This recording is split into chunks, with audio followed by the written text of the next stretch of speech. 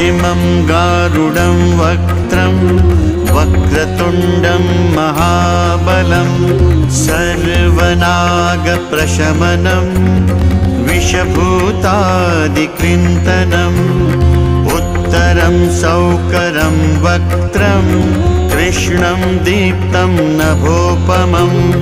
पातालसिंहवेताल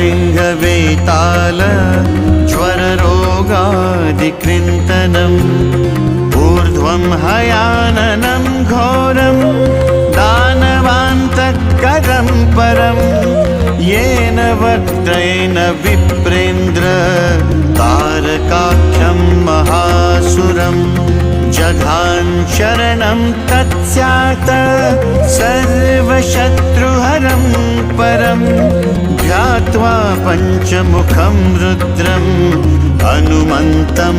दयानिधिम्